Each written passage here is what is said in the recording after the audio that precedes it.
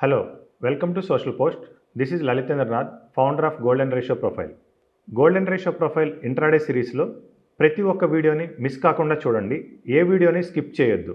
ఏ ఒక్క video miss అయినా సరే మీకు కాన్సెప్ట్స్ అనేవి సరిగ్గా అర్థం కావు.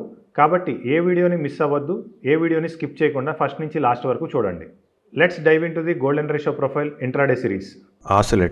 ఆసిలేటర్ అని చెప్పగానే చాలామందికి గుర్తొచ్చేది ఏంటి అంటే RSI, MACD, stochastic RSI, stochastics, stochastic momentum index, directional momentum index, ఇలా చాలా రకాల ఆసిలేటర్స్ ఉన్నాయి. GRP మన గోల్డెన్ రేషియో ప్రొఫైల్లో కూడా మనకు కూడా ఒక ఆసిలేటర్ ఉంది. ఇది కొత్తదేం కాదు, ఆల్రెడీ ఉన్న వాటి నుంచి మనం డిరైవ్ చేసుకున్నదే. అయితే ఈ ఆసిలేటర్స్ అన్నీ కూడా లాగింగ్ ఇండికేటర్సే. GRP ఇండికేటర్ కూడా లాగింగ్ ఇండికేటరే. కేవలం ఆసిలేటర్ ని బట్టి మనం ఎప్పుడు ట్రేడ్ అనేదాన్ని అస్సలు అంచనా వేయకూడదు. చాలా మందికి ఉండే రాంగ్ ఎజంప్షన్ ఏంటి అంటే ఆసిలేటర్ లో గనక మనకి ఓవర్ బాట్ అయ్యింది అంటే సెల్ చేయాలి, ఓవర్ సోల్డ్ అయ్యింది అంటే బై చేయాలి. కానీ ఇది కంప్లీట్లీ రాంగ్ ఎజంప్షన్. మనకి ఆసిలేటర్స్ అనేవి ప్రతిసారి ఓవర్ బాట్ ఓవర్ సోల్డ్ చెప్పడానికి కాదు. ఆసిలేటర్స్ అనేవి మెయిన్ గా మనకి చెప్పేది మార్కెట్ మొమెంటం ని బట్టి మనం ప్రైస్ ని ఎస్టిమేషన్ చేసుకోవచ్చు, నెక్స్ట్ ఏం జరగబోతుంది అనేది. అంతేగాని మార్కెట్ ఓవర్ బాట్ అవ్వగానే సెల్ చేసుకోవటం, ఓవర్ సోల్డ్ అవ్వగానే బై చేయడం లాంటివి చేయకూడదు.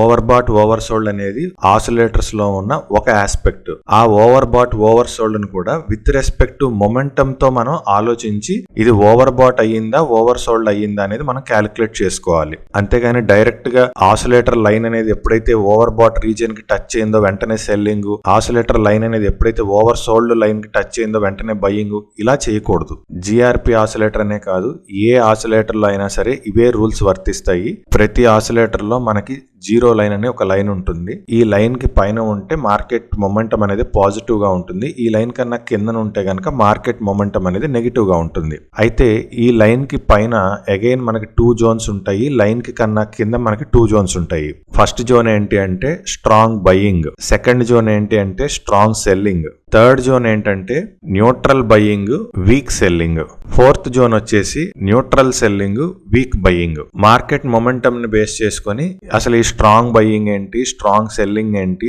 న్యూట్రల్ బయ్యింగ్ వీక్ సెల్లింగ్ ఏంటి, న్యూట్రల్ సెల్లింగ్ వీక్ బయ్యింగ్ ఏంటి అనేవి మనం ఇప్పుడు కొన్ని ఎగ్జాంపుల్స్ తో చూద్దాము. ఆసిలేటర్స్ లో మనకి రెడ్ నుంచి గ్రీన్ కి టర్న్ అయినప్పుడు ఇలా ఒక డైమండ్ షేప్ వస్తుంది.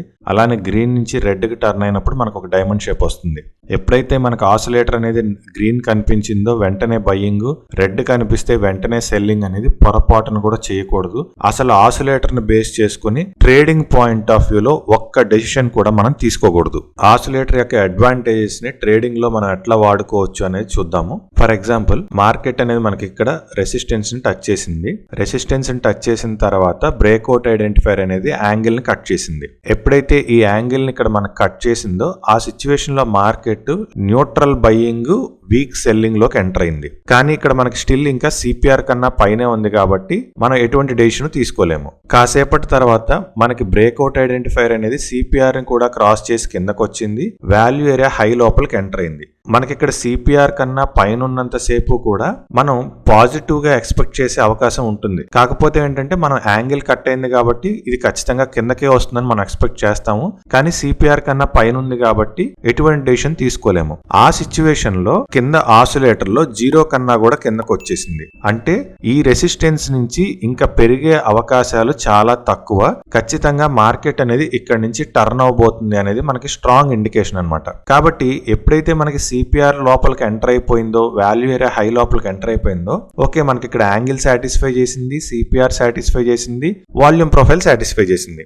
ఈ మూడిటితో పాటు ఇప్పుడు ప్రెసెంట్ మార్కెట్ మొమెంటం అనేది న్యూట్రల్ సెల్లింగ్, వీక్ బయ్యింగ్ లోకి వెళ్ళిపోయింది. అంటే న్యూట్రల్ గా సెల్లింగ్ లో ఉంది, బయ్యింగ్ వీక్ అయిపోయింది. అంటే సెల్లింగ్ యొక్క అడ్వాంటేజే ఎక్కువ ఉంది. కాబట్టి ఇక్కడ మనం ఈ ప్రైస్ మూవ్మెంట్ ని బేస్ చేసుకుని మనం పుట్ అనే దాన్ని కొనుక్కోవచ్చు. మనకి ఏమన్నా స్టాప్ లాస్ హిట్ అవుతుందా, మనం ఎంటర్ అవ్వగానే ఏదైనా ఒక క్యాండిల్ పైకి వస్తే మనం వెంటనే ఎగ్జిట్ అవ్వాలా, ఇటువంటి కన్ఫ్యూజన్స్ లేకుండా మార్కెట్ మొమెంటం అనేది నెగిటివ్ లో ఉంది కాబట్టి మనం ఏం కంగారు పడాల్సిన అవసరం లేదు.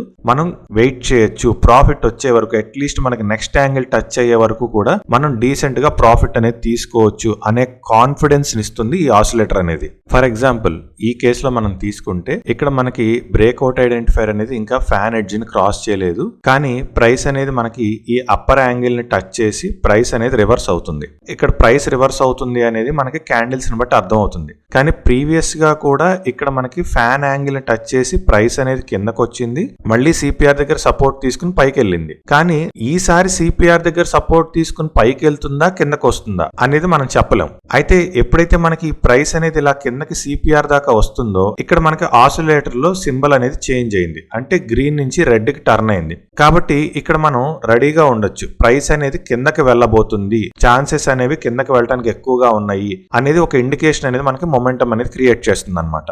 అయితే మనం గుర్తుపెట్టుకోవాల్సిన పాయింట్ ఏంటి అంటే మనం fan angle, volume profile, CPR ఈ 3 కండిషన్స్ ని బేస్ చేసుకుని ఒక డెసిషన్ కి వచ్చిన తర్వాత మాత్రమే మనం ఆసిలేటర్ లో మార్కెట్ మొమెంటం ఎలా ఉంది అనేది చూసుకోవాలి. అంతేగాని మార్కెట్ మొమెంటం ని బేస్ చేసుకుని పైన సిపిఆర్ ని, వాల్యూమ్ ప్రొఫైల్స్ ని వీటిని మనం క్యాలిక్యులేట్ చేయకూడదు. అది కంప్లీట్లీ రాంగ్. ఎందుకంటే ప్రతి ట్రేడ్ లోనూ మీకు మొమెంటం అనేది సపోర్ట్ చేయదు. మొమెంటం కూడా సపోర్ట్ చేస్తే ఓకే మనకి ట్రేడ్ అనేది ఇంకా స్ట్రాంగ్ గా ఉంది అనే కాన్ఫిడెన్స్ కోసం తప్ప ప్రతి ట్రేడ్ లోనూ మొమెంటం అనేది ఎట్టి పరిస్థితుల్లో సపోర్ట్ చేయదు. సపోర్ట్ చేసిన ట్రేడ్ అనేది మనం ఇంకా కాన్ఫిడెంట్ గా తీసుకోవడానికి మాత్రమే మొమెంటం అనేది మనకి హెల్ప్ చేస్తుంది. ఫర్ ఎగ్జాంపుల్ ఈ కేసులో మనకి బ్రేక్అవుట్ ఐడెంటిఫైర్ అనేది ఫ్యాన్ యాంగిల్ కట్ చేసి వీక్ నుంచి ఎక్స్ట్రీమ్ వీక్ లోకి వచ్చింది. తర్వాత మనం ఇక్కడ సిపిఆర్ ని ప్లస్ వాల్యూమ్ ప్రొఫైల్ ని బేస్ చేసుకుని మనం దీన్ని స్టాప్ లాస్ పెట్టి ఇది పుట్ అయితే కాల్ కొనుక్కుంటాము, కాల్ అయితే గనక పుట్టు కొనుక్కుంటాము. కానీ ఇక్కడ మనకి ప్రైస్ అనేది కిందకు వచ్చి మళ్ళీ పైకి వెళ్ళటానికి ట్రై చేస్తుంది. అదే సిచ్యువేషన్ లో మనకి ప్రైస్ యాక్షన్ ప్రకారం కూడా పాజిటివ్ క్యాండిల్స్ ఫామ్ అవుతున్నాయి. అదే సిచ్యువేషన్ లో మొమెంటం లో మనకి గ్రీన్ సింబల్ వచ్చింది, అంటే మొమెంటం ఇప్పుడు పాజిటివ్ కి టర్న్ అయింది. కాబట్టి ఇక్కడ స్టాప్ లాస్ ఇచ్చేస్తాను, నేను ఇక్కడ బయింగ్ సైడ్ చూస్తాను అంటే కుదరదు. ఎందుకంటే మొమెంటం అనేవి lagging indicators, every time every trade కి మొమెంటమ్ సపోర్ట్ చెయ్యదు. సో ఇది one of the best example అనమాట. సో ఇక్కడ మనం చూసుకోవాల్సిన పాయింట్ ఏంటి, మినిమం సిపిఆర్ కన్నా పైన ఉంటేనే మనం బయింగ్ ఆలోచించాలి, కానీ సిపిఆర్ కన్నా కింద ఉన్నదాన్ని మనం బయింగ్ ఆలోచించకూడదు.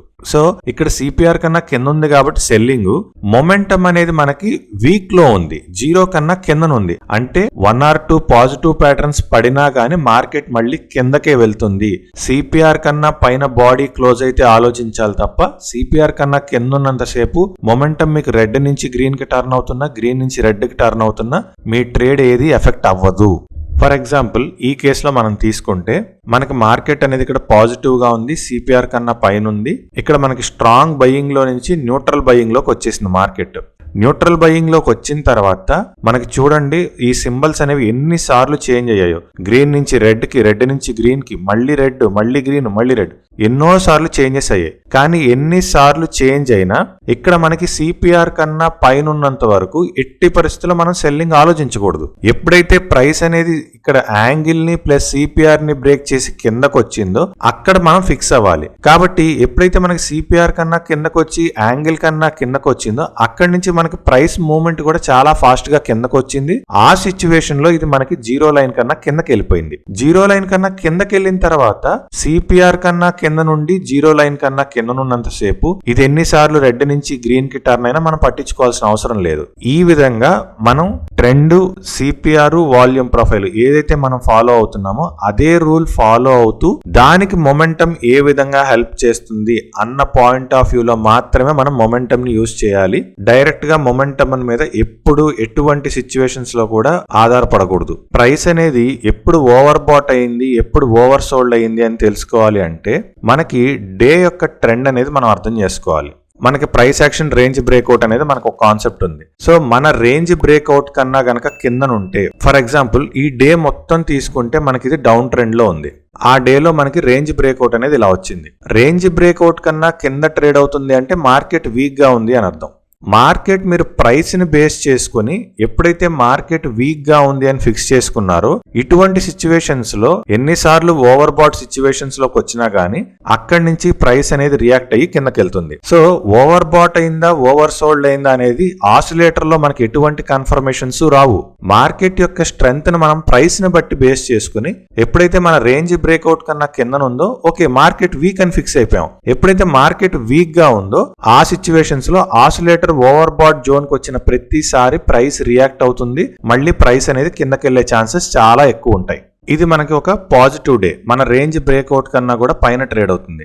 ఎప్పుడైతే మనకి మార్కెట్ అనేది మన రేంజ్ బ్రేక్అవుట్ కన్నా పైన ట్రేడ్ అవుతుందో ఆ రోజు మార్కెట్ పాజిటివ్ గా ఉంటుంది. కాబట్టి అది ఎన్నిసార్లు ఓవర్ సోల్డ్ సిచ్యువేషన్స్ లోకి వచ్చినా గానీ అక్కడి నుంచి రియాక్ట్ అవుతుంది, అక్కడి నుంచి మనకి ప్రైస్ అనేది పైకి వెళ్తూ ఉంటుంది. సో ఇక్కడ ఇది ఓవర్ సోల్డ్ నుంచి ఖచ్చితంగా పైకి వెళ్తుందా, ఓవర్ బాట్ నుంచి ఖచ్చితంగా కిందకు వస్తుందా అనేది మనం ఆసిలేటర్ ను బట్టి డిసైడ్ చేసుకోలేము. మనం డిసైడ్ చేయాల్సింది ప్రైస్ ని బేస్ చేసుకుని. కాబట్టి ఇక్కడ మనకి ప్రైస్ ని బేస్ చేసుకుని ఈ డే అనేది మనం ఎలా డిసైడ్ చేసుకుంటామంటే రేంజ్ బ్రేక్అవుట్ ద్వారా.